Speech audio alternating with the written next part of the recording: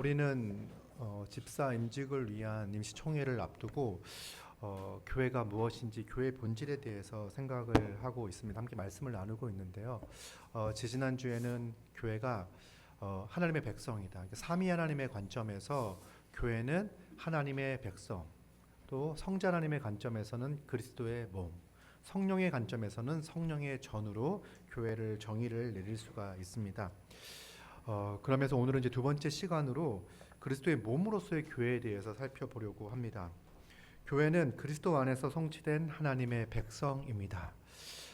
그리스도 안에서 성취된 하나님의 백성이다. 이 백성이라는 칭호가 얼마나 영광스러운 것인지에 대해서 우리가 지난번에 살펴보았죠. 그런데 이렇게 그리스도 안에서 성취된 하나님의 백성인 교회를 뭐라고 또 표현하냐면 그리스도의 몸이라고 표현을 합니다. 그래서 하나님의 백성을 기독론적인 관점, 그리스도의 관점, 그리스도의 관점으로 설명을 하면은 그리스도의 몸이라는 거예요. 교회는 그리스도의 몸입니다. 우리는 교회를 그리스도의 몸이라고 할 때 어떤 함의가 있는지를 잘 알고 있습니다. 왜냐하면 우리는 그리스도의 몸에 대해서 너무나 많이 설교를 통해서 또 교회론을 통해서 배워왔기 때문에 그렇습니다. 그래서 그리스도의 몸이다라고 이야기했을 때 첫 번째 특징이 그리스도가 교회의 머리가 되시는구나라는 것을 알 수 있죠. 그래서 교회 주님께서 예수 그리스도께서 교회를 통치하시고 다스리시고 말씀을 통하여 또 직분자를 세우셔서 목사를 세우셔서 말씀으로 통치하시고 다스리신다는 사실을 우리는 잘 알고 있어요. 그리고 그리스도의 몸이라고 이야기했을 때 이것이 유기체적 교회의 특징, 다른 말로 이야기하면 한 몸, 한 가족으로서의 교회의 특징을 잘 드러내는 말이다라는 것을 그 의미를 알고 있습니다. 그러나 단순히 이러한 특징을 비유적으로 설명하기 위해서 예수 그리스도의 그 통치와 그리고 성도들이 함께 사랑하는 삶을 비유적으로 설명하기 위해서 그리스도의 몸이라고만 말하는 것이 아닙니다. 교회가 존재하는 모습을 비유적으로 설명하는 그런 의미도 있지만 교회가 하나님의 백성이 되는 그 과정에서도 그리스도의 몸이라고 하는 개념은 매우 중요합니다. 하나님의 백성이 된다고 이야기했을 때 우리가 하나님의 백성이라고 이야기할 때 그리스도의 몸이라는 개념은 매우 중요합니다. 오늘 본문을 살펴보았죠. 보통 제가 이 본문을 설명할 때는 아내와 남편의 관계에 대해서 설명을 할 때 이제 많이 들었어요. 그런데 오늘은 그리스도와 교회의 관점으로 교회와 그리스도에 대해서 설명을 할 때 이 본문을 좀 설명을 하려고 합니다. 사도 바울은 남편과 아내의 관계를 이야기를 쭉 한 다음에 32절에 뭐라고 이야기하냐면 이 비밀이 크도다. 나는 그리스도와 교회에 대하여 말한다라고 이야기합니다. 그러니까 이렇게 남편과 아내의 이 모습을 통해서 교회와 그리스도를 관계가 어떠한지를 유추해 보는 게 아니라 더 정확하게 말하면 그리스도와 교회와 관계를 통해서 남편과 아내의 관계도 이러해야 한다는 거예요. 그래서 우리는 교회와 그리스도의 관계를 잘 이해할 때 우리가 교회로서 살아가며 교회로서 그리스도와 성경적인 또 바른 관계, 건강한 관계를 맺으며 살아갈 때 우리는 남편과 아내가 부부로서 어떻게 살아가야 하는지의 원리도 알 수 있어요. 그러면 이제 먼저 오늘은 어디에 집중할 거냐면 그리스도와 교회의 관계가 어떠한지에 대해서 살펴보려고 합니다. 먼저 22절과 23절에서는 예수 그리스도가 교회의 머리 되심에 대해서 이야기를 하죠. 예수님은 우리의 교회는 그분의 몸이고 예수 그리스도는 우리의 머리가 되십니다. 그래서 예수님이 우리를 통치하고 다스리시는 거예요. 여러분, 예수님이 교회의 머리가 된다라고 하는 이 개념 또한 어디서 오냐면 하나님 백성, 하나님 나라의 관점에서 우리가 이해하고 있죠. 예수님은 왕이세요. 하나님 나라의 왕이세요. 그래서 지난주에 살펴봤듯이 하나님은 예수님을 하나님 나라의 왕으로서 이 땅에 보내셔서 그 모든 구약의 율법들을 예수 그리스도가 성취하시고 하나님 나라의 왕이 되셨습니다. 그리고 죽으시고 부활하셔서 승천하셔 하늘 보좌에 앉으셔서 그의 백성들을 통치하고 다스리시고 만물을 다스리고 계십니다. 그런데 이게 교회적 관점, 그리스도의 몸의 관점에서 뭐라고 설명을 하냐면 예수 그리스도는 교회의 머리다라고 설명을 하는 거예요. 그래서 하나님의 나라의 관점에서는 예수 그리스도는 왕이시고 그리스도의 몸의 관점에서는 예수님은 교회의 머리이신 거죠. 그래서 우리는 살아갈 때 몸인 우리는 그분의 통치와 다스림을 받아가며 살아갑니다. 여러분, 교회가 어떤 것들을 결정하고 어떤 것들을 판단하고 어떤 것들을 추진하고 할 때 그 근거와 기준은 뭐냐면 우리 주 예수 그리스도의 말씀이에요. 하나님의 말씀이에요. 성경이에요. 예수님은요 어떻게 통치하시냐면 기록되어진 말씀을 통하여 우리를 다스리고 통치하십니다. 2000년의 교회 역사는요 기록된 말씀을 통하여, 그러니까 초기에는 사도들의 전승, 사도들이 예수님을 보고 듣고 만진 바 되었잖아요. 그 사도들이 전했던 그 복음, 그 사도들이 전했던 그 복음이 바로 성경, 신약 성경을 통해서 기록이 되어 있습니다. 이 기록된 말씀을 통해서 하나님은 우리에게 지금도 말씀하시는 거예요. 우리가 성경을 통하여 성경을 읽고 설교를 듣잖아요. 이 설교를 듣는 이 행위가 하나님께서 우리에게 말씀하시는 시간입니다. 그래서 우리는 설교를 들을 때 하나님의 말씀으로 듣는 거예요. 어떤 분들은 자신 안에 있는 어떠한 신비한, 우리 이제 골로새서에서 이렇게 다루었듯이 신비한 영적인 어떠한 체험들이 하나님께서 주신 거다라고 생각을 하는데 그게 하나님이 주신 것일 수도 있고 사탄이 마귀가 주는 것일 수도 있어요. 왜냐하면 귀신을 잘 섬기는 분들도 어떤 것들을 듣습니다. 그리고 우리가 사무엘하를 살펴봤을 때도 악한 영들이 우리를 충분히 속일 수 있어요. 그러면 우리가 무엇을 경험했다, 무엇을 체험했다, 무엇을 들었다라고 하더라도 그것을 평가하고 그것이 옳고 그름을 판단하는 기준이 무엇입니까? 바로 성경이고 하나님의 말씀이에요. 우리는 어떠한 경험과 체험도 성경과 말씀을 앞서 나갈 수가 없어요. 우리의 경험과 체험은 무엇을 통해서 해석되어져야 되냐면 하나님의 말씀인 성경을 통해서 해석이 되어져야 하는 거죠. 그것이 참되냐 거짓되느냐. 그럼 우리는 성경을 읽고 설교를 듣고 말씀을 듣는데 더 많은 시간들을 드립니다. 그리고 이 설교를 또 성경을 읽고 묵상하고 생각하는 이 기록된 말씀을 하나님께서 내게 지금 하시는 말씀으로 듣고 이해합니다.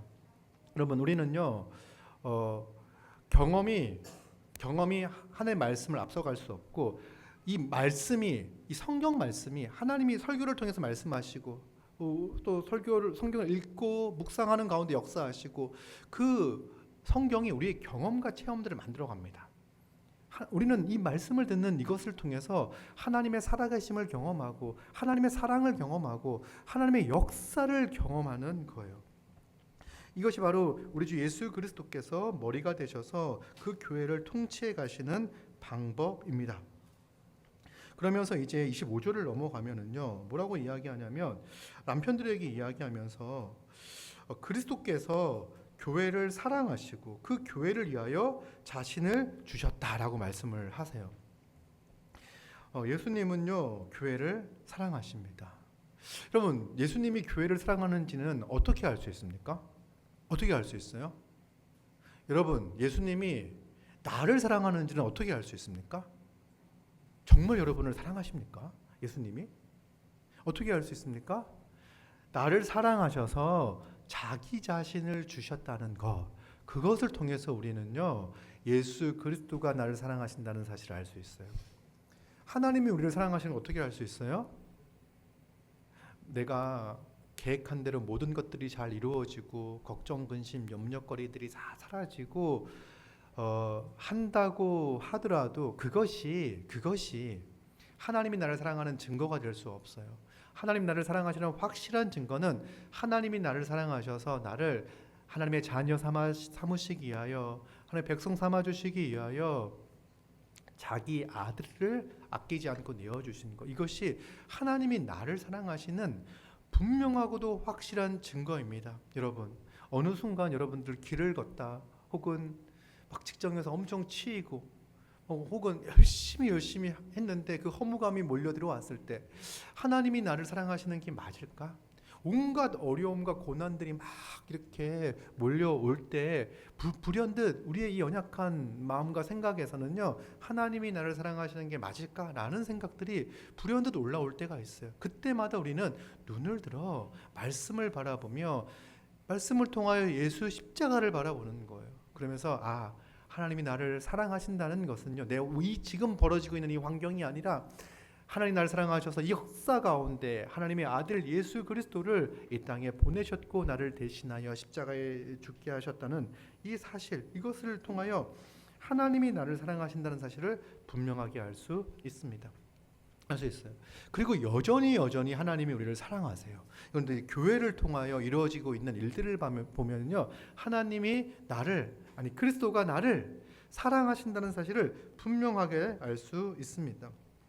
하나님의 사랑의 증거는 교회를 사랑하시어 그 교회를 위하여 자기 자신을 내어 주셨습니다.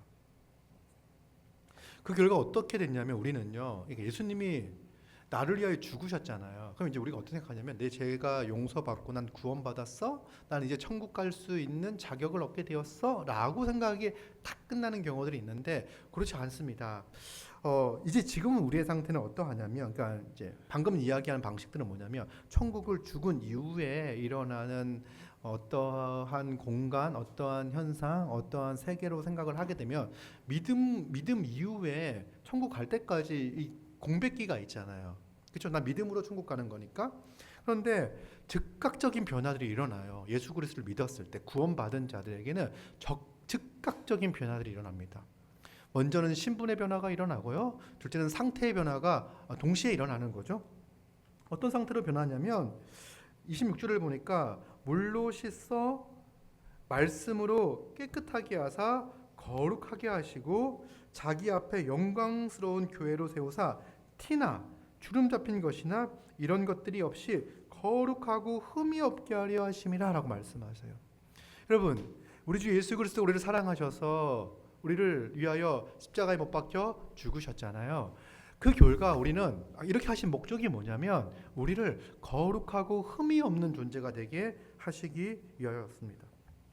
우리를 물로 씻어 말씀으로, 우리가 말씀을 듣고 복음을 듣고 이 십자가 사건을 말씀을 통해 듣게 되었어요. 그리고 믿음이 생기고 믿음을 선물로 주시고 이를 통해서 우리는 그리스도의 그 보혈로 말미암아 우리는 깨끗이 씻김을 받았습니다. 우리 거룩한 존재가 되었어요. 그래서 여러분들을 뭐라고 부릅니까? 성도라고 부르는 거예요. 우리를 거룩한 무리라고 부르는 거예요. 거룩한 무리. 이걸 어떻게 또 표현하냐면 깨끗하게 하사 거룩하게 하셨다라고 한 줄로, 한 문장으로, 한 단어로 끝날 수도 있을 것 같은데 이걸 또 구체적으로 설명해요. 자기 앞에 영광스러운 교회로 세우사. 예수님은요, 우리를요, 그 그리스도 앞에 우리를 영광스러운 교회, 정말 이렇게 아름다운 신부, 여러분, 그 이제 결혼식이 되면 그날만큼은 신부가 아름답지 않습니까? 그날 이후도 아름답죠. 이제 물론 그날만큼은 정말 아름다운 거예요. 그런데 사실 그 아름다운 모습으로 이렇게 서기 위해서 얼마나 신부가 애를 쓰고 노력을 합니까? 그 드레스에 몸을 집어넣겠다고 이제 살을 빼고 이제 화장을 하고 막 이런 일들을 해요. 그런데 그러니까 우리가 그리스도 앞에 서기 위해서 우리 스스로 힘으로 노력한다면 우리는 하나님 앞에, 그리스도 앞에, 예수님 앞에 신부로서 이렇게 영광스러운 모습으로, 이렇게 아름다운 모습으로, 빛나는 모습으로, 존귀한 모습으로, 찬란한 모습으로 설 수 없을 거예요. 그래서 그리스도께서 우리를 꽃단장시키시고 티, 기미, 잡티 이런 거 다 뽑아주시고 주름 잡힌 거 다 펴주시고 이제 약간 이제 피부과 시술을 이제 다 하고 그 다음에 정말 거룩하고 흠이 없는 가장 아름답고 고귀하고 순결한 모습으로 서는데 이것을 누가? 우리 주 예수 그리스도께서 자기의 몸을 십자가의 주심으로 말미암아 우리를 그렇게 존귀하고 고귀하고 순결한 자가 되게 하신 거예요. 여러분, 우리가 잘 이건 정말 잘 시감나지가 않아요. 왜냐하면 여전히 나는 티도 많고 주름도 많고 거룩하지 않고 흠이 많은 존재로 생각이 되어져요. 그죠? 우리가 거울 앞에 서면요, 우리는 거울 앞에 정직하게 서면, 자기의 내면을 정직하게 들여다보면요, 우리는 하나님 앞에, 그리스도 앞에 아름답고 영광스러운 모습으로 설 수 없는 자라는 사실을 분명하게 알게 됩니다. 그런데 우리가 그리스도 앞에 섰을 때, 다시 말하면 예수 십자가 앞에 섰을 때, 그 십자가의 은혜 앞에 섰을 때, 말씀 앞에 섰을 때 우리는 어떤 존재임을 분명하게 알 수 있냐면, 그리스도가 우리를 거룩하고 흠이 없게 하셔서 그리스도 앞에, 우리 신랑 되신 예수 그리스도 앞에 거룩하고 흠없고 티 없는 자로 서게 하셨다는 사실을 알게 돼요. 여러분, 우리는 지금 이곳에 나와 예배하고 있습니다. 그죠? 하나님 앞에 예배하고 있어요. 우리는 한 주간의 삶을 돌아볼 때 감히 우리가 하나님 앞에 나와 예배할 수 없는 존재라는 사실을 그 누구보다 잘 알고 있습니다.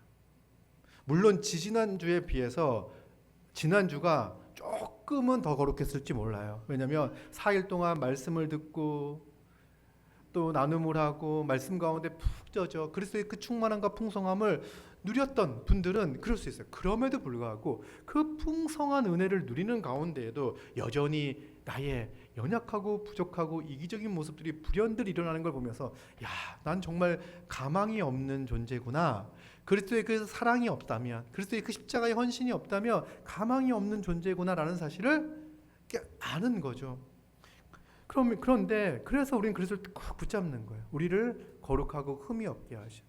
그리스도를 바라보면요, 말씀을 통해 그리스도가 행하신 일을 바라보면요, 지금 이곳에 나와 예배하고 있는 우리가 거룩하고 흠 없는 존재로 하나님께서 그렇게 바라보고 계신 거예요. 그리스도 안에 있는 우리를 하나님께서 정말 거룩하고 흠 없는 존재로 바라보고 계신 거죠. 우리 교회가 그러합니다. 교회가 우리 옆 사람을 볼 때 우리는 직관적으로 상대의 연약함과 부족한 부분들이 눈에 잘 들어와요. 그럼에도 불구하고 우리는 서로 말씀으로 권면하며 또 그 믿음을 확인하며 그리스도가 우리에게 주어진 그 은혜 가운데 있는 자라는 사실을 다 알게 되었을 때, 그 또한 그리스도가 존귀하게 만든 하나님의 자녀임을, 그리스도의 신부임을 우리가 알죠. 그래서 우리는 사람들을 대할 때 정말 이렇게 존귀한 자, 영광스러운 교회로 서로를 대할 수가 있는 것입니다. 그러면서 이와 같이 남편들도 자기 아내 사랑하기를 자기 자신과 같이 할지니 자기 아내를 사랑하는 자는 자기를 사랑하는 것이다 라고 이야기를 하잖아요. 뭐라고 이야기하냐면 남편과 아내를요, 남이라고 이야기하지 않아요. 자기라고 이야기를 해요. 그러니까 이게 정말 중요한 원리인데요, 우리가 그리스도와 우리의 관계를 이야기할 때 이제 어떤 관점들이 딱 있을 수 있냐면, 예수 그리스도가 십자가에 죽으시고 우리를 죽으셨어. 우리 그걸 믿기만 하면 구원을 받아. 저는 이 이야기를 어렸을 때 딱 들었을 때 너무 멀다는 생각이 좀 들었었어요. 뭐냐면 예수님의 십자가 사건도 너무 나에게 멀리 있고 예수님도 나에게 너무 멀리 있다는 생각이 들었어요. 그래서 도대체 믿음이 뭐길래 내가 믿는다고 했을 때 그 2000년 전에 일어났던 십자가 사건이 나에게 유효하게 적용되어져서 내가 하나님 앞에 거룩하고 흠이 없게 설 수 있을까라는 생각들이 들었던 적이 있거든요. 그런데 그 생각을 곧 무너뜨리는 것이 무엇이냐면, 우리가 믿음으로 말미암아 그리스도와 합해요. 세례를 받아요. 세례를 받아 그리스도와 합해요. 그럴 때 우리가 그리스도가 저 멀리 계시고 나는 저 멀리 있던 사건을 믿어요. 난 그래서 거룩하게 됐어요. 이게 아니라 그 믿을 때 우리는 그리스도에게로 달려가는 거죠. 더 정확하게 이야기하면 믿을 때 그리스도가 우리에게 찾아오신 그리스도가 우리를 확 붙잡으시는 거예요. 그리고 우리를 그 그리스도의 안으로 우리를 품어주시는 거예요. 그래서 우리의 그 모든 더럽고 추한 모습들을요 그리스도의 그 보혈로 씻기시고 또 여전히 연약하고 부족하고 죄 많은 우리의 모습들을 그리스도의 그 풍성한 영광으로 다 덮어 주시는 거예요. 그리고 그걸 뭐라고 이야기하냐면 놀랍게도 그리스도와 우리가 한 몸이라고 이야기를 해요. 그리스도는 우리의 머리시고 우리는 그분의 몸입니다. 자기라고 이야기해요. 예수 그리스도가 우리를 자기처럼 생각하세요. 자기로 여기세요. 남편이 아내를 자기 자신과 같이 사랑을 하는 것처럼 그리스도는 우리를 그리스도의 몸으로 여기시며 우리가 우리의 몸을 소중하게 생각하듯이 그리스도 또한 우리를 귀히 여기십니다. 그래서 무엇을 하시냐면 이제 그 29절 보면요. 누구든지 언제나 자기 육체를 미워하지 않고 오직 양육하여 보호하기를 그리스도께서 교회에게 함과 같이 하나니 남편에게 이렇게 이제 아내를 보호하고 이렇게 양육할 것을 이야기를 합니다. 그런데 이것이 어디서 나오는 원리냐면 그리스도가 예수님이 교회를 그렇게 보호하시고 양육하시는 거예요. 자라가게 하시는 거예요. 양육하시고 보호하시는 것이죠.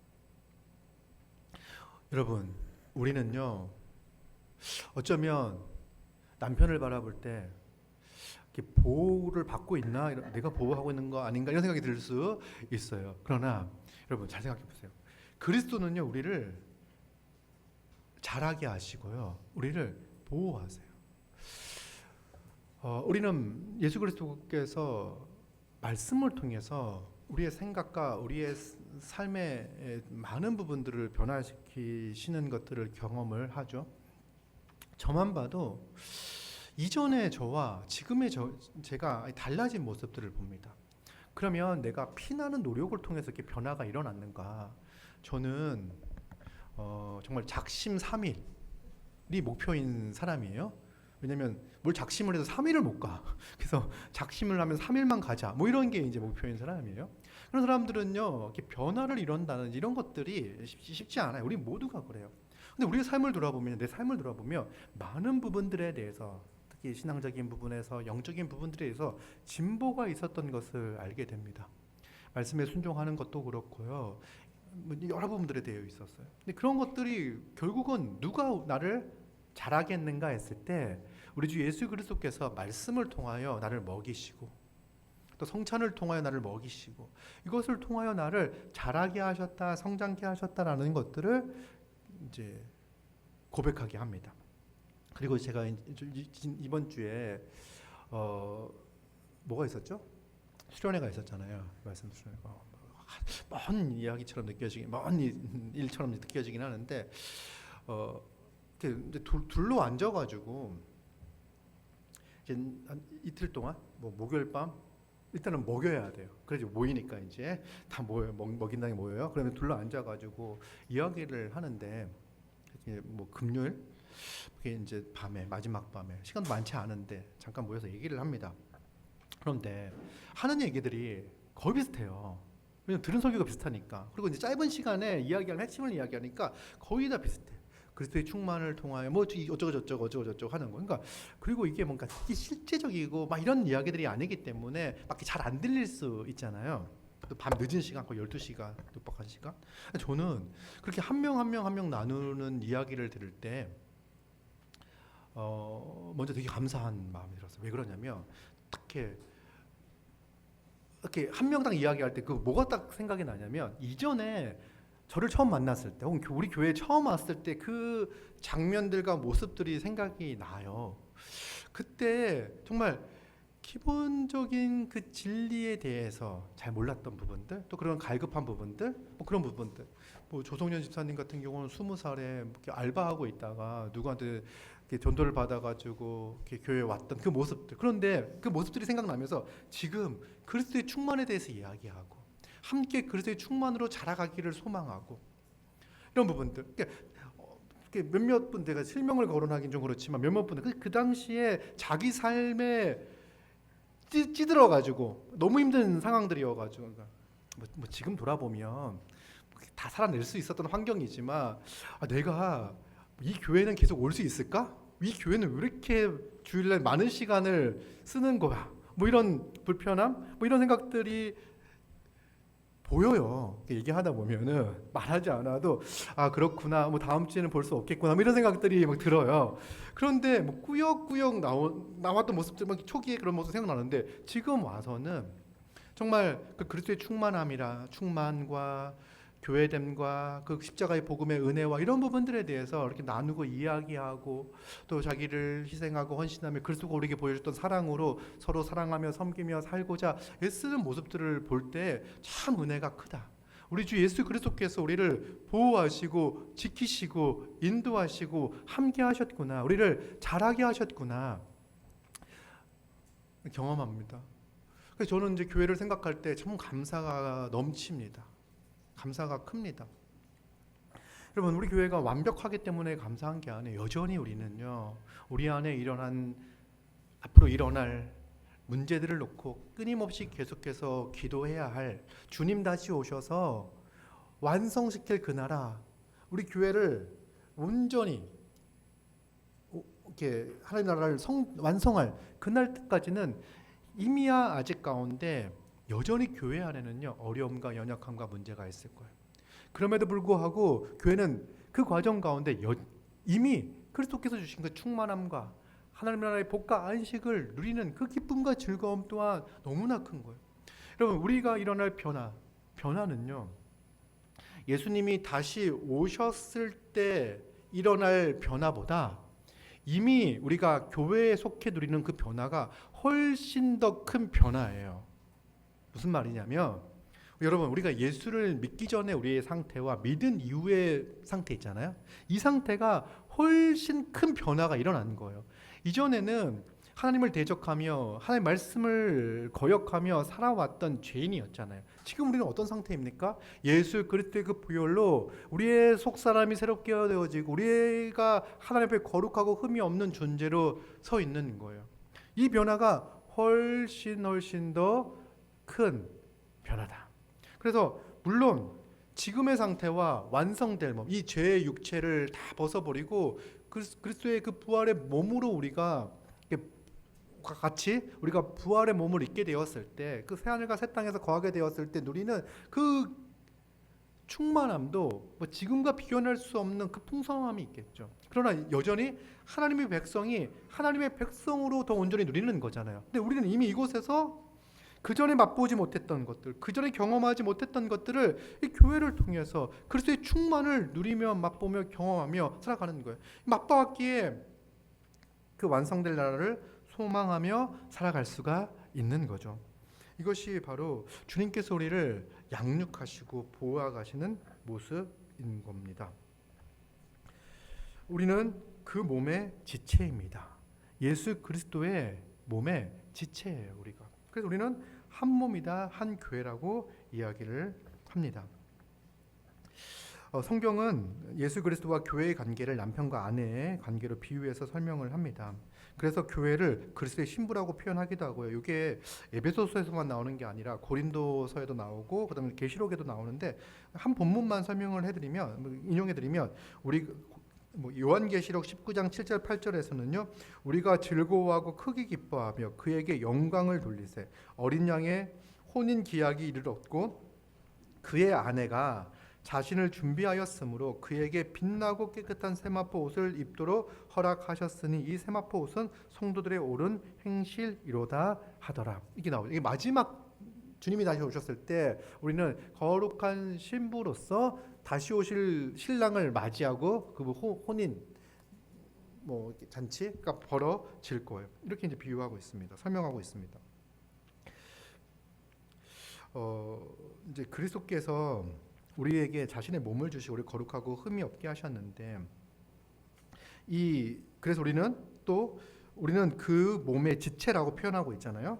이걸 하나님 나라 백성의 관점에서 좀 설명을 해보려고 합니다.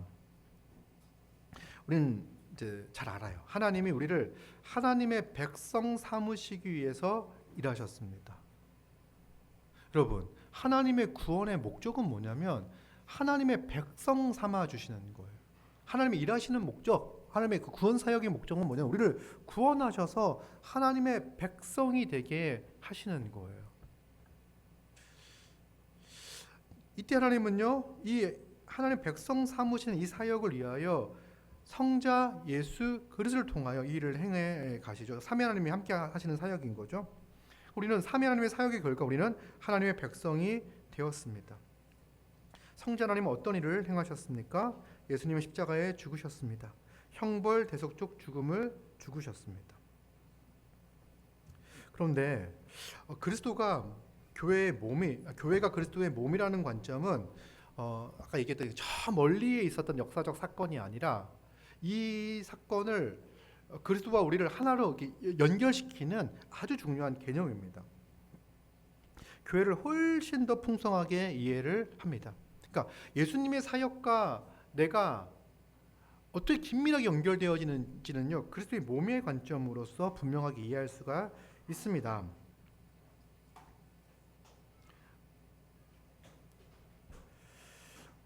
우리는 예수님의 죽음이 나의 죄를 대신한 죽음인가? 왜 예수님이 죽었다고 해서 우리가 하나님의 백성이 되는가?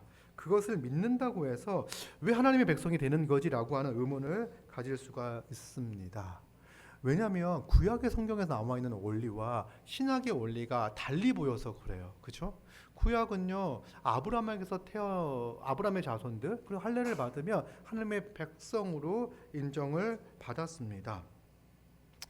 그런데 우리는 그런 방식이 아니라 예수 그리스도를 믿음으로 말미암아 하나님의 백성이 된다라고 하니까 왜 그렇게 되는가라고 하는 질문을 던질 수가 있겠죠. 그리고 구약에서 요구하는 조건은 뭐냐면 우리 성경을 한번 찾아봅시다. 출애굽기 19장 5절 6절. 하나님 백성하면 반드시 나오는 본문인데요. 성경을 이제 가지고 다니시고 이렇게 지하철에 탈 때도 이렇게 옆에 끼고 타고 막 그러면 네, 좋겠습니다. 출애굽기 19장 5절 한번 같이 읽어볼까요? 시작. 세계가 다 내게 속하였나니 너희가 내 말을 잘 듣고 내 언약을 지키며 너희는 모든 민족 중에서 내 소유가 되겠고 너희가 내게 대하여 제사장 나라가 되며 거룩한 백성이 되리라. 너는 이 말을 이스라엘 자손에게 전할지. 하나님께서 이제 모세에게 하신 말씀인데 세계가 다 하나님께 속하였습니다. 그 뭐라고 말씀하시냐면 너희가 내 말을 잘 듣고 하나님 말씀을 잘 듣고 하나님께서 주신 이 언약을 지키면 이 모세 언약이죠. 하나님 율법을 주시고 그 율법을 잘 지키는 거 지키면 너희는 모든 민족 중에서 내 소유가 될 것이다. 하나님의 소유가 될 것이다라고 이제 말씀을 하셨어요. 그러면 하나님의 백성이 되는 조건이 뭡니까? 하나님의 말씀을 다 지켜 행하는 거. 그리고 하나님의 백성으로 유지되어지는 조건은 뭡니까? 하나님의 말씀을 다 지켜 행하는 거예요. 언약을 지켜 행하는 거예요. 신명기 7장 6절 7절도 이런 말씀이 나오는데 제가 읽어볼게요. 신명기도 한번 찾아보세요. 신명기 7장 6절 7절 제가 읽을게요. 너는 여호와 내 하나님의 성민이라 거룩한 백성이라는 뜻이죠. 내 하나님 여호와께서 지상 만민 중에서 너를 자기 기업의 백성으로 선택하셨나니 여호와께서 너희를 기뻐하시고 너희를 택하심은 너희가 다른 민족보다 수요가 많기 때문이 아니라 너희는 오히려 모든 민족 중에서 가장 적다. 그래서 하나님께서 이스라엘 백성들을 택하여 자기 백성 삼으신 이유가 뭐냐면 이스라엘 백성들이 가장 작기 때문에 선택했다고 말씀을 하셔요. 그러면서 12절은 또 뭐라고 말씀하시냐면 선택했다고 해놓고 뭐라고 말씀하시냐면 너희가 이 모든 법도를 듣고 지켜 행하며 내 하나님 여호와께서 내 조상들에게 맹세하신 언약을 지켜 너에게 인애를 베푸실 것이라. 곧 너를 사랑하시고 복을 주사 너를 번성하게 하시고 내게 주리라고 내 조상들에게 맹세하신 땅에서 내 소생에게 은혜를 베푸시며 내 토지소산과 곡식과 포도주와 기름을 풍성하게 하시고 내 소와 양을 번식하게 할 것이다 라고 말씀을 하셨어요. 그러면 여기도 조건이 붙어요. 그렇죠? 이 언약의 조건이 있는데 뭐냐면 이 모든 법들을 듣고 지켜 행하면이에요. 이스라엘이 망했던 이유가 뭐냐면 그럼 어려움을 겪었던 이유가 뭐냐면 하나님으로부터 하나님이 이방을 인들을 통하여 이스라엘 백성들을 치셨던 이유가 뭐냐면 이들이 하나님의 법도를, 하나님의 언약을 지켜 행하지 않기 때문에 그랬습니다. 그래서 이들은 하나님 백성으로서 마땅히 누려야 할 복들을, 이 풍성한 복들을 누린 경우가 거의 없었어요. 이 본문을 보면은요, 이제 생각할 수 있는데, 이제 뭐가 생각할 수 있냐면, 하나님의 명하신 명령에 순종하지 못했기 때문에 이스라엘 백성들은 하나님의 백성이 될 자격이 없구나라는 생각을 할 수 있고, 다음 좀 더 나아가면 그들이 이제 하나님의 명령을 거역하였기 때문에 하나님 앞에서 죄인이다는 사실을 알 수 있어요. 그러니까 하나님 나라는 거룩한 사람들이 거할 수 있는데 하나님을 주님으로 인정하지 않고 그 말씀과 통치에 순종하지 않을 때 그들은 하나님 백성으로서의 그 지위를 잃어버리게 된 거죠. 혹은 하나님 백성처럼 하나님 나라로 보였던 시기에도 정말 극심한 혼란과 어려움과 이방 백성들과 별반 다르지 않았던 그런 모습들을 보여내는 것을 보게 되었습니다. 여러분, 이제 우리 또한 마찬가지죠. 하나님 앞에서 하나님이 명하신 모든 명령을 다 지켜 행하지 않았기 때문에 우리는 죄인으로 서 있는 거예요. 하나님의 말씀을 거역한 죄인이기에 하나님의 백성이 될 자격이 없습니다. 우리는 하나님의 백성이 될 자격이 없어요. 그런데 예수님이 십자가 죽음을 통해서 우리의 죄를 해결해 주셨습니다. 그럼 나는 이제 예수님이 우리의 죄를 해결하셨기 때문에 하나님의 백성이 될 자격이 있는가? 이런 질문 던질 수도 있잖아요. 그렇죠? 우리 죄의 모든 문제가 해결되어졌다면 하나님 앞에 거룩하고 흠이 없이 설 수 있겠구나 하는 생각이 들어요. 근데 한편으로는 그럼 이게 뭘까? 여전히 너희가 내 말을 잘 듣고 내 언약을 지키면, 또는 너희가 이 모든 법들을 듣고 지켜 행하면이라고 하는 이 조건은 사라지는 건가? 없어지는 건가? 이거는 지키면 이거는 너희들이 지킬 수 없어라는 것을 알려주기 위해서만 있는 건가? 라는 생각들을 가질 수가 있잖아요. 그럼 우리는 맨날 못 지킬 거야. 그러니까 맨날 못 지키지만 예수 그리스도께서 우리의 모든 죄를 용서해 주셨기 때문에 우리는 하나님의 백성이 될 자격이 있어. 그러면서 나는 내일도 말씀을 지키지 않을 거고 모레도 지키지 않을 거야. 혹은 내가 다르게 생각하면 내가 예수님의 그 보혈로 구원을 받았는데 이제부터는 하나님의 말씀을 잘 지켜서 여전히 하나님의 백성으로 살아가겠어 라고 하는 생각 또한 또 잘못된 생각이거든요. 왜 할 수가 없어, 그것 또한. 그러면 이게 뭘까라는 생각들을 갖게 되죠. 구약의 이스라엘 백성들은요, 하나님의 백성으로서 철저하게 실패했습니다. 그런데 이제 중요한 개념은 뭐냐면 예수 그리스도가 인간의 몸을 입고 이 땅에 오셔서 하나님의 말씀에 죽기까지 순종하셔요. 하나님의 언약을 온전하게 성취하셔요. 이게 너무 중요한 거예요. 자, 예수님이 우리를 대신하여 십자가에 못 박혀 죽으신 것뿐만 아니라 예수님이 참 인간으로 인간의 몸을 입고 이 땅에 오셨습니다. 그리고 예수님은요, 하나님의 말씀을 다 지켜 행하십니다. 그래서 예수님은요, 하나님의 언약을 온전히 성취하셔서 예수님은요, 참 이스라엘이시고 예수님은요, 참 하나님의 백성이 되셨어요. 예수님이. 그러니까 인간의 몸을 입고 이 땅에 오신 예수님은 인류에게 요구되어졌던 그 언약을요, 다 지켜 행하시고 모든 법들을 지켜 행하시고 그 율법의 의도 있잖아요. 의도까지.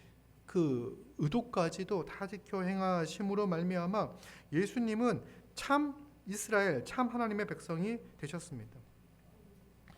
그리스도는 하나님의 율법에 순종하셔서 하나님의 백성이 마땅히 살아야 하는 삶을 온전히 사셨습니다. 또한 예수님은 그리스도는요, 불순종으로 인해 범죄한 백성이 받아 마땅한 하나님의 심판과 저주를 대신 받으셨습니다. 그래서 이 두 가지를 이루셨잖아요. 그러므로 그리스도만이 하나님의 말씀에 완전한 순종으로 율법의 완성이 되셔서 유일한 참 하나님의 백성으로 인정받으셨습니다. 예수 그리스도는 참 이스라엘이십니다. 예수 그리스도가 참 이스라엘이고 참 하나님의 백성인 거예요. 자, 우리는요 그리스도와 합하기 위하여 세례를 받습니다.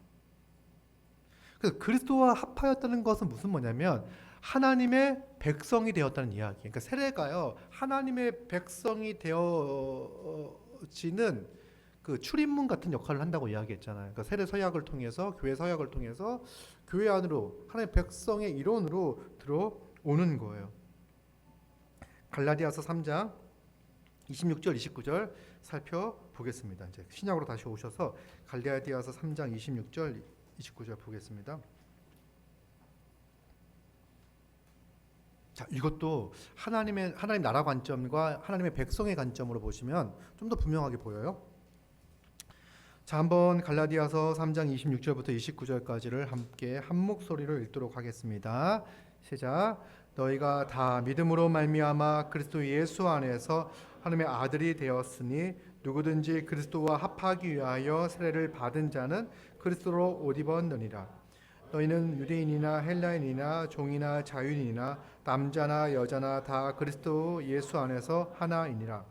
너희가 그리스도의 것이면 곧 아브라함의 자손이요 약속대로 유업을 이을 자니라. 아멘.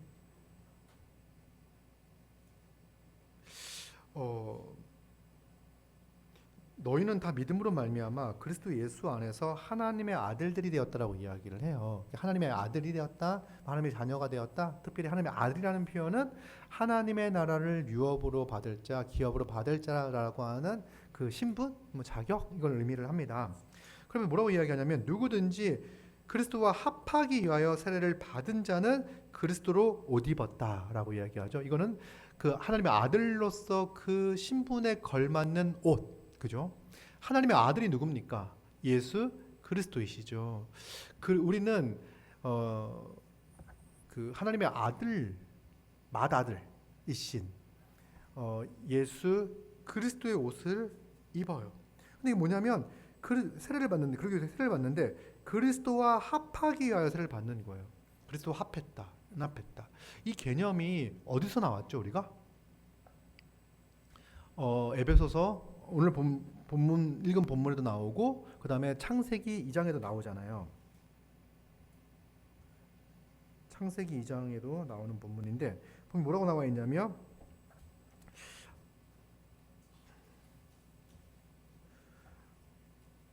에베소서 5장 그러므로 31절 그러므로 사람이 부모를 떠나 그의 아내와 합하여 그들이 한 육체가 될지니라 이 표현 나오잖아요. 그러니까 우리가 그리스도와 합하여 그리스도와 한 몸이 되는 거예요.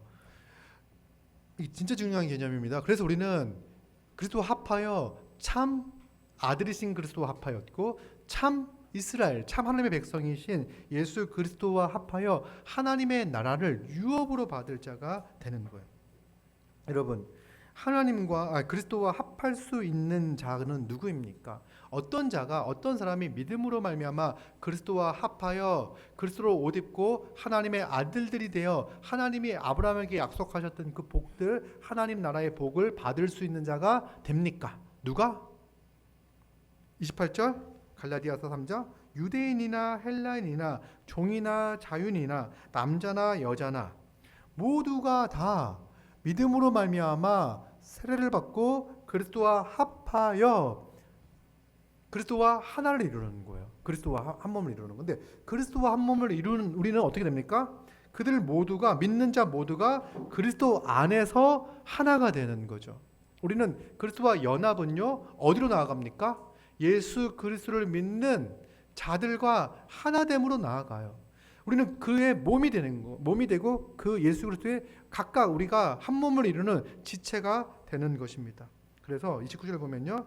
아브라함의 자손으로서 약속대로 유업을 이을 자가 됩니다.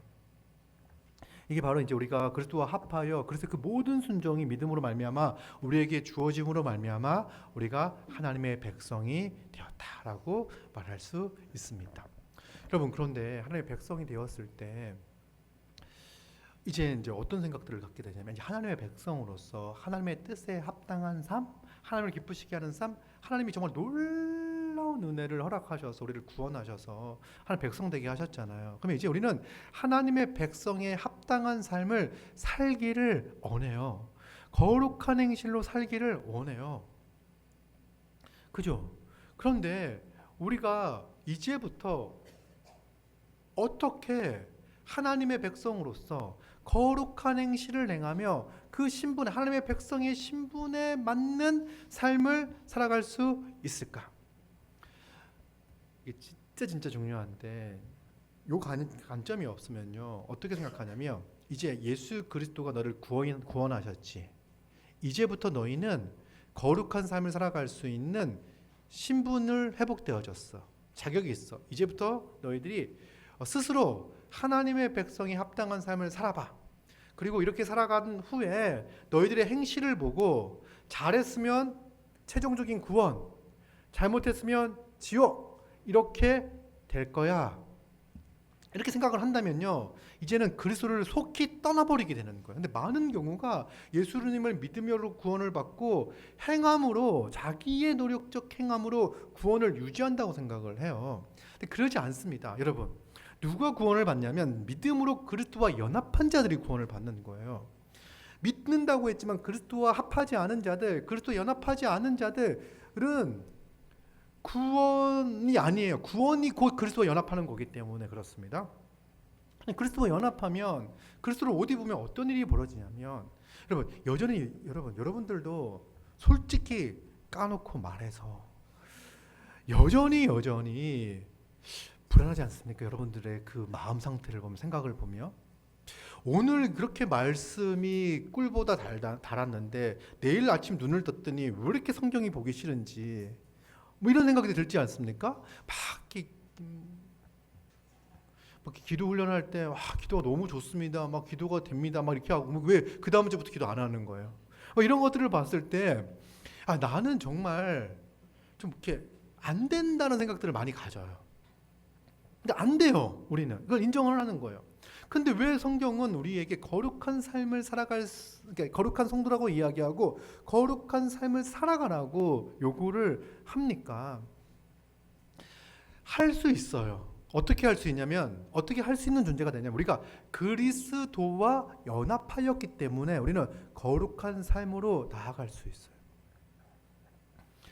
여러분, 우리는 거룩을 위해 살아갈 수 있는 자원이 아무것도 없는 빈털터리들입니다. 그런데 우리의 신랑 되신 예수 그리스도는요, 모든 것을 소유하신 분이세요. 그리스도와 합하여 한 몸을 이루었잖아요. 그리스도의 모든 것들이 우리의 것들이 되는 거예요. 여러분, 예를 들어서 어떤 정말 빈털터리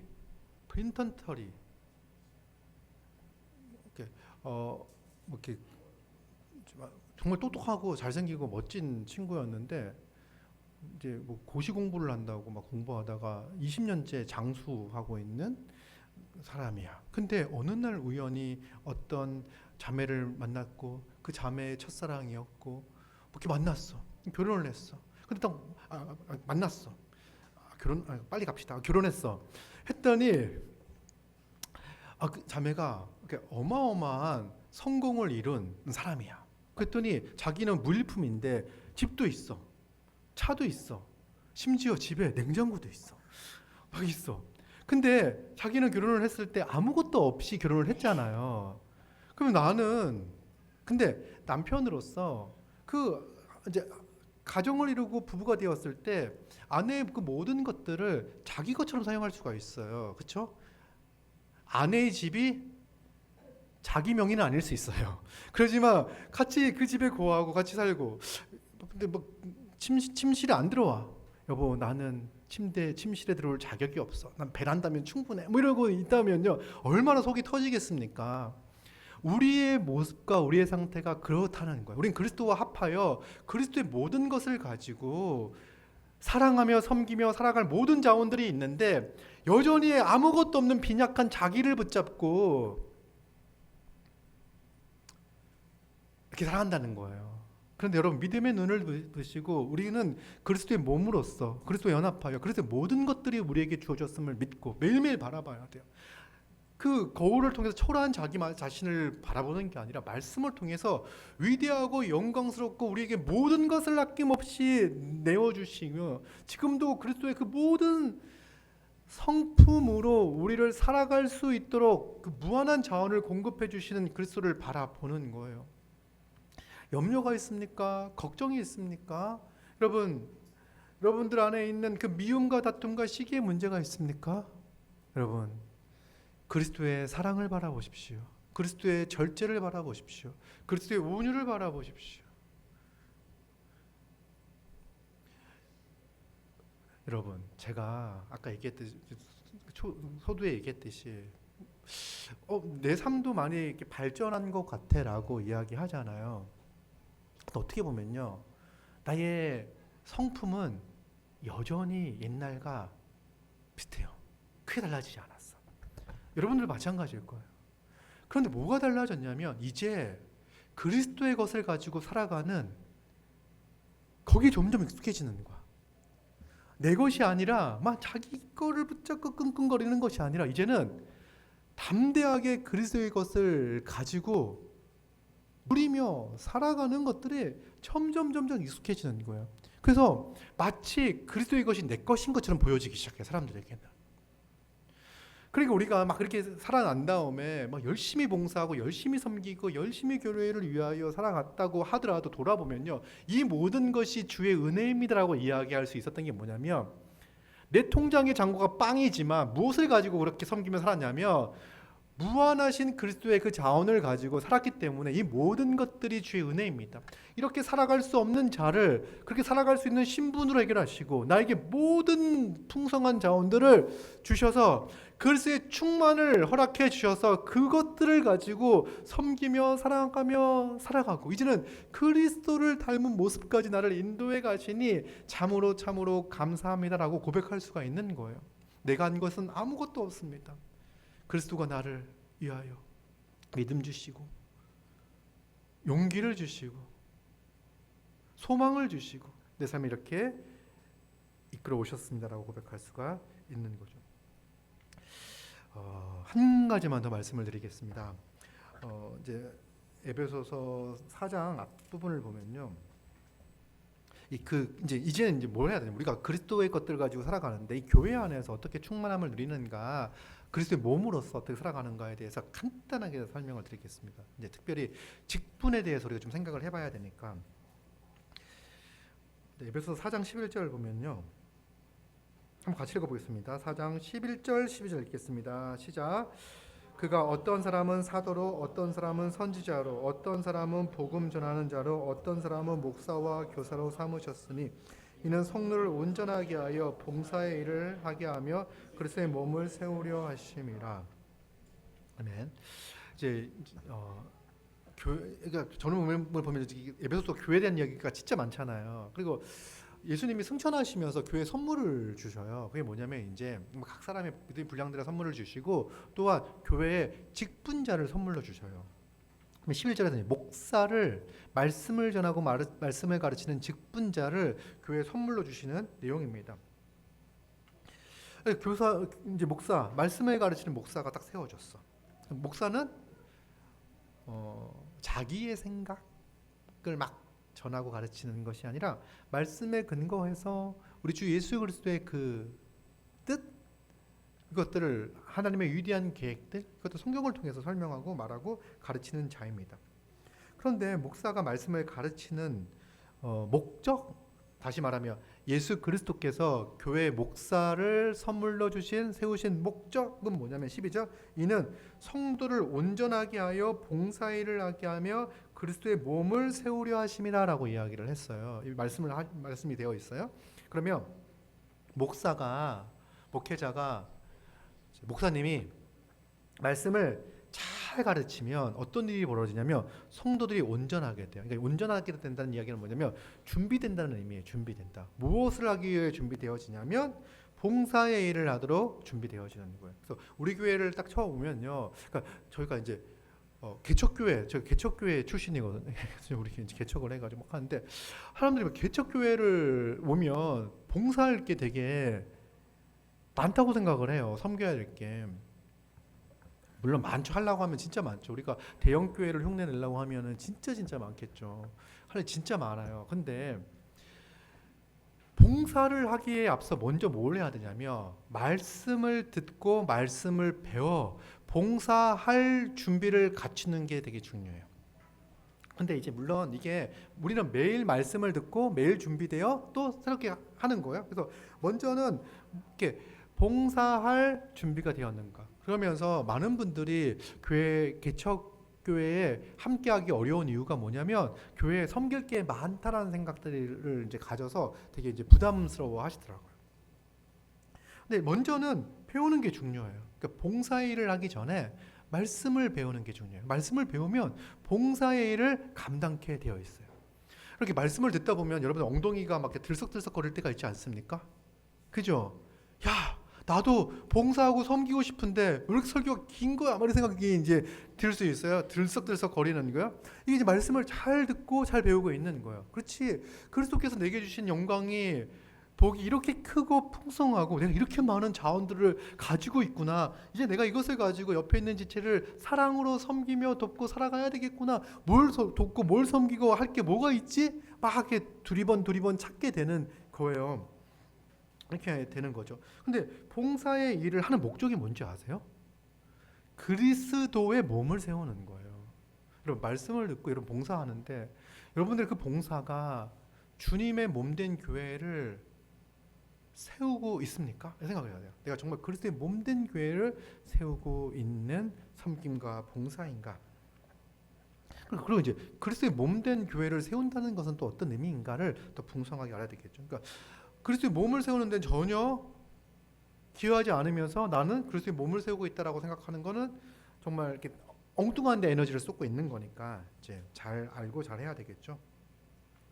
그러면서 이제 먼저 뭐를 이야기하냐면 우리가 다 하나님의 아들을 믿는 것과 아는 일에 하나가 되라고 이야기를 하고 있어요. 여러분, 성도들이 정말 초대교회에 베드로가 설교했을 때 5천 명이 예심하고 막 그러거든요. 그러면 교회가 이미 이제 10,000명이 넘어간 교회예요. 예루살렘 교회는 대형 교회야. 예루살렘 교회는. 그런데 놀라운 것은요, 그들이 한 마음 한 뜻이라고 나와요. 왜 그러냐면 그들은 왜 한 마음 한 뜻이 될 수 있냐면 하나님의 아들을 믿는 것과 아는 일에 하나가 되었기 때문에 그래요. 우리가 이렇게 한 자리에 모여 말씀을 듣는 이유는 뭐냐면 하나님의 아들을 믿는 것과 아는 것에 하나가 되기 위해서예요. 우리가 말씀이 끝나고 설교 나눔을 하는 게 뭐냐면 하나님의 아들을 믿는 것과 아는 것에 하나가 되기 위해서 그래요. 우리가 매일 DBS를 하는데 각자 그 알고 이해한 대로 살면 되지. 또 왜 굳이 주일날까지 와가지고 GBS를 하냐? 하나님의 아들을 믿는 것과 아는 일에 하나가 되기 위해서 그러는 거예요. 근데 하나가 되어 뭐 어떤 된 줄 아세요? 온전한 사람을 이룬다고 이야기를 해요. 여러분 우리가 이거 하나가 되지 않을 때 우리는 어려움과 불편함과 안타까움과 아픔을 경험하게 돼요. 이 지식이 분열은요 교회 분열로 이어지는 거거든요. 그래서 아픔을 이어야 돼요. 우리 교회에서 무엇이든지 이렇게 의문이 있으면 말할 수 있어요. 그런데 그 모든 기준은 뭡니까? 성경을 기준으로 해가지고 말하고 생각하고 결정하고 또 성경이 그렇게 기록되었다면 자기의 의지를 꺾고 그렇게 따라가는 거예요. 그러면 그렇게 되었을 때 온전한 사람을 이룬대요. 이 온전한 사람이라는 이야기는 뭐냐면 여러분들 우리 한 명 한 명을 이야기하는 게 아니라 하나가 된 교회를 이야기하는 거예요. 그것이 바로 세 사람으로서의 교회, 온전한 모습인 거죠. 그러면서 이루어 그리스도의 장성한 분량이 충만한 데까지 이른다라고 이야기됩니다. 우리가 말씀을 듣고 하면요, 장성한 분량이 충만한 데까지 이루어져요. 이제 목회자의 사역이, 목사의 사역이 너무너무 중요하겠죠. 이렇게 하는 거예요. 그러면 이렇게 하면은요, 뭐 이렇게 온갖 간사한 유혹에 빠져서 뭐 세상의 온갖 풍조 뭐 밀려 요동하지 않게 되겠죠. 그러면서 이렇게 막 자라가고 있는 교회는요 15절 16절 어떤 모습이 나타나냐면 오직 사랑 안에서 참된 것을 하여 범사에 그에게까지 자라간다. 사랑으로 참된 것을 말하고 사랑으로 행하기 시작하는 거예요. 그러면서 예수 그리스도께까지 막 자라가는 거예요. 이게 교회 모습인 거예요. 우리가 양육받고 그리스도 우리를 양육하고 보호한다고 했을 때 우리가 성장이 사람의 숫자가 늘었다라고 하는 게 교회 성장이 아니에요. 교회 성장은 그리스도에게까지 얼만큼 자라가고 있는가, 얼만큼 자라갔는가, 이것이 바로 교회의 성장이에요. 교회 성장. 그렇게 자라가는 거예요. 그럼 16절 이거 하려고 지금 제가 오늘 설교를 길게 한 겁니다. 그에게서 온몸이 각 마디를 통하여 도움을 받음으로 연결되고 결합되어 각 지체의 분량대로 역사하여 그 몸을 자라게 하며 사랑 안에서 스스로 세워가느니라 라고 말씀합니다.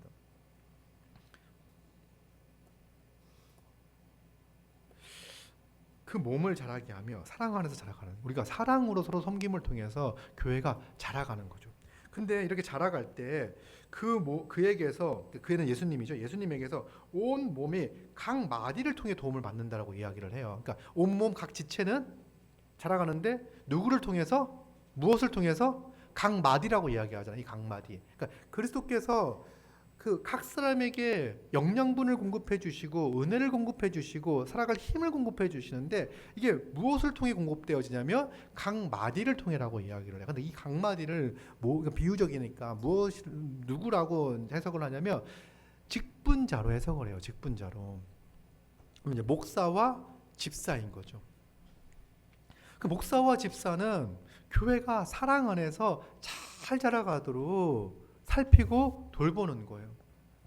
그래서 제가 이제 작년에 직분에 대해서 설교를 되게 길게 했어요. 목사는 말씀을 통해서 하나님 나라의 풍성함을 경험할 수 있도록 하는 거고, 집사는 실제로 모든 성도들이 하나님 나라의 풍요와 풍성함에서 제외되지 않도록 물질적, 경제적, 사회적, 정서적 그 모든 부분에 있어서 신앙적인 거는 말할 것도 없이 모든 부분에 있어서 하나님 나라의 복과 안식을 잘 누리고 있는가를 살피는 게 바로 집사의 역할이죠. 그리고 집사는요, 또 우리 이제 사도행전 6장을 통해서 집사가 어떻게 선출되는지 알잖아요. 사도들이 너무 분주하게 중요한 사역들을 많이 하는 거죠. 여러분, 우리가 하는 사역들은요 진짜 중요한 사역들이 많아요. 예배 전에 나와서 우리가 예배를 잘 드리기 위해서 청소를 하고 정리를 하는 것도요, 정말 이 시간이 예배의 마음을 모으고 막 중요한 시간인 거예요. 또 일찍 와서 식사를 준비하고 주방에 들어가서 막 하고 이런 것들이죠. 그러니까 우리가 함께 하나님 나라의 풍성함과 부유함을 누리기 위해서 애쓰고 수고하는 봉사의 모습이에요. 그래서 이거 너무나 다 중요한 것들. 이거 말고도 교회가 감당하고 있는 사명들을 막 감당하는 것들, 또 이렇게 모여 나눔하는 것, 이 모든 것들이 다 중요해요. 예배가 또 예배대로 잘 드려질 수 있도록 살피고 돌보는 것들 다 중요하죠.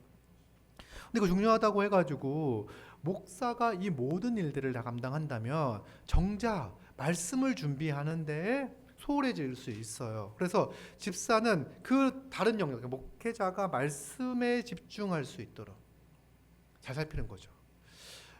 그래서 여러분 뭘 살펴야 되냐면 이제 집사 이제 직분 대상자들이 있으니까 말을 합니다.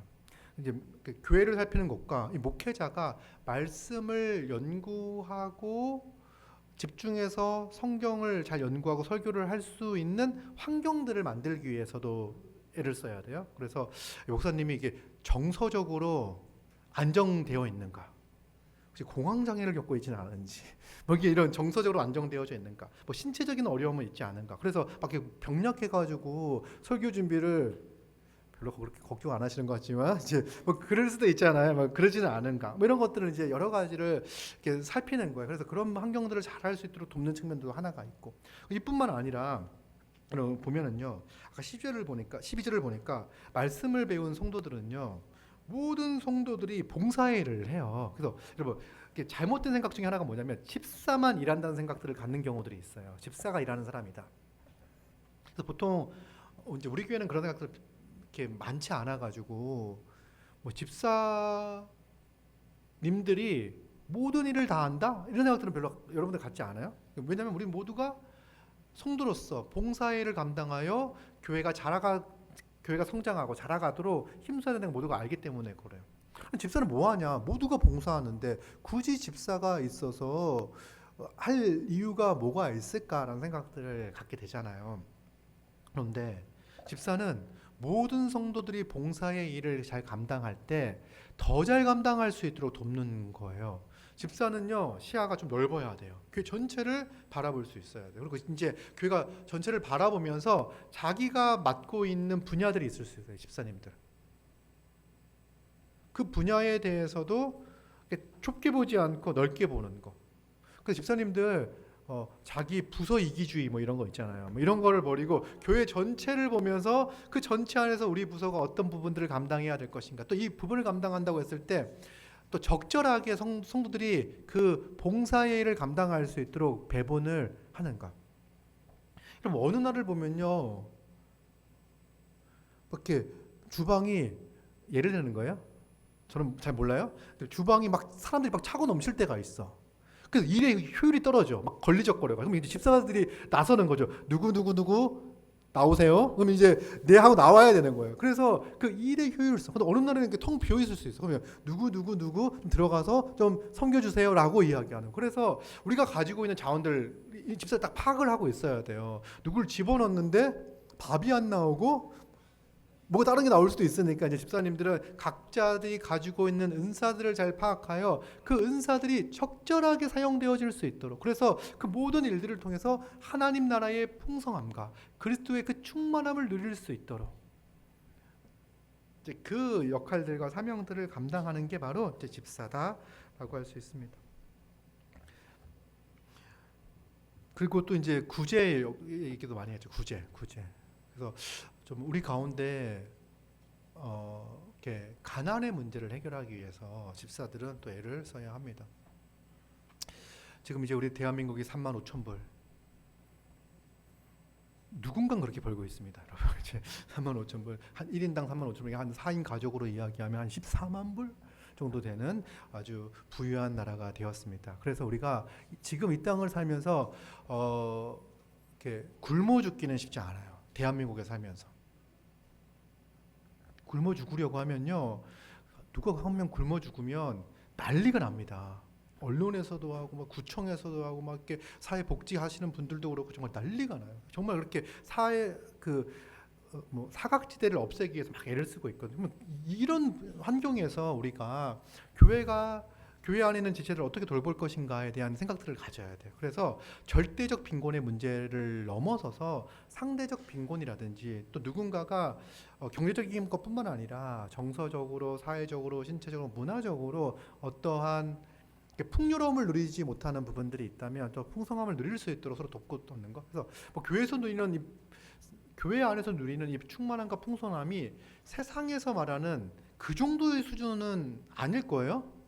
난 교회를 다니기 때문에 인스타에서 보는 모든 것들을 교회를 통해서 누릴 거야라고 하는 건 잘못된 거겠죠. 그러나 우리가 기본적으로 서로 사랑하며 우리의 지금 누리고 있는 것들, 교회 안에서 그리스도의 충만을 누리는 것들, 또 주님께서 우리에게 이 물질 세계를 주시고 이 사명을 감당하게 하시고 사람들을 만나게 하시고 하는 부분들에서 혹 어떤 어려움들을 겪고 있진 않은지 이런 부분들을 좀 면밀하게 잘 살펴가지고 또 이렇게 또 이게 어떤 분들은 되게 감각적으로 잘하시는 분들이 있어요. 집사가 아닌 분들이 있을 수 있어요. 그럼 그런 분들은 딱 집사를 불러야 되는 거죠. 집사님, 어떤 누군가에게 이런 문제가 좀 있는 것 같습니다. 얘기하면 또 이제 교회적 차원에서 그 문제를 해결하기 위하여 적극적으로 달려 들어가는 거. 그래서 모든 교회가 충만함과 풍성함을 누릴 수 있도록 애쓰는 거죠. 그리고 여러분들 집사는요, 어떤 문제가 딱 발생하잖아. 조만간 이제 어떤 문제가 발생할 거냐면 우리 아이들이 예상하기로는 향후 2년 내에 배가 할 가능성이 있습니다. 그러면 예언은 아니고 그냥 예상이에요. 배가 할 수 있어요. 그러면 이제 이런 예를 드는 거 만약 그랬다고 하면은 지금 이 예배를 드릴 수 있는 공간과 환경들을 대해서 어떻게 해결할 것인가라고 했을 때 모든 성도들의 관심일 거예요. 근데 이런 문제를 전면에 서서 교회가 당면한 문제들을 적극적으로 해결하기 위해서 이제 전면에 나서서 해결하시는 분들이 바로 집사예요. 그래서 어떤 문제가 생기면 집사님들한테 말씀을 하세요. 그리고 그 문제를 이렇게 또 지혜를 구합니다. 그러니까 집사님들에게 말한다고 해서 집사님들이 다 알아서 해결하는 건 아니에요. 이제 집사님들이 모두가 또 이렇게 좋은 의견들을 구하고 또 해결하고 이런 것들을 이제 하는데 앞장서서 전면에 서서 또 의견을 조율하고 이렇게 하면서 문제들을 해결해 나갈 거예요. 뭐 이렇게 사소한 문제지. 그러니까 이런 거예요. 그러니까 집사가 집사님 저기 등에 불 나갔는데요. 이렇게 말할 수 있어요. 집사님한테. 왜냐면 안 고쳐줘. 그럼 집사님이 그걸 고칠 수 있냐? 고칠 수 있는 집사도 있고 아닐 수도 있어요. 그러면 집사는 어떻게 하냐면 등이 나갔네요. 그러면 등 전문가 누구 해가지고 이제 누구한테 부탁을 이렇게 하는 거예요. 그래서 이제 모든 성도들이 그 은사를 발휘하여 봉사할 수 있도록 하는 것들, 이런 것들이 이제 집사의 역할이라고 할 수가 있습니다. 이게 바로 이제 그리스도의 몸으로서 우리가 함께 너무 얘가 마지막에 초라해져 버렸는데 이제 우리가 말씀 안에서 그리스도의 몸으로서 함께 자라가기 위해서 어떻게 사랑의 수고와 봉사를 할까? 섬기고 싶은 것들이 되게 많이 있는데 뭘 섬겨야 될지 모를 수 있잖아요. 그런 것들을 또 집사님들이 알려주고 또 섬김의 마음이 없던 사람들은요 말씀을 들으면서 봉사의 마음이 생기고 이제 어떻게 섬겨야 될까? 그러면 집사님 제가 이제 섬기고 싶은 마음이 있는데 뭘 하면 좋겠습니까? 라고 말하면 이제 이렇게 배치를 시켜주거나 이렇게 되겠죠. 또 이렇게 그동안 교회 문제로 인식되어졌던 것들 있잖아요. 뭐 이런 것들 계속 이런 얘기를 하고 있죠. 이제 이거 나중에 하겠습니다. 교회가 이렇게 말씀을 통해서 봉사와 섬기는 일들을 감당을 하기를 모든 성도들이 그런 마음들을 갖고요. 그 다음에 이제 서로를 사랑하고 돕고 섬기기 위해서 정말 이렇게 구체적이고 실제적인 것들. 우리의 섬김은요, 엄청 대단한 게 아닐 수 있어요. 이렇게 작은 사소한 내가 뭘 섬겼다라고 말하기도 부족한 그런 영역들도 되게 많이 있어요. 그러나 그런 것들 하나하나가 바로 말씀에 순종하여 그리스도를 인정하여 나아가는 그 하나하나가 그리스도의 몸을 세워나가는 과정이다. 그리고 무엇보다 중요한 거 여러분들 사랑으로 섬길 때 잊지 말아야 되는 것이 무엇이냐면 그 사랑은 바로 우리와 연합되어 있는 우리의 머리이신 그리스도의 사랑으로 말미암아 우리가 섬기고 봉사하고 있다는 사실들을 기억하시고 봉사할 때 섭섭할 수 있고요. 힘들 수 있고요. 어느 경우에는요. 짜증이 일어날 수도 있어요. 그럴 때마다 우리는 누굴 바라봐야 합니까? 우리를 사랑하셔서 우리에게 모든 것들을 부어주신 예수 그리스도를 바라보는 거예요.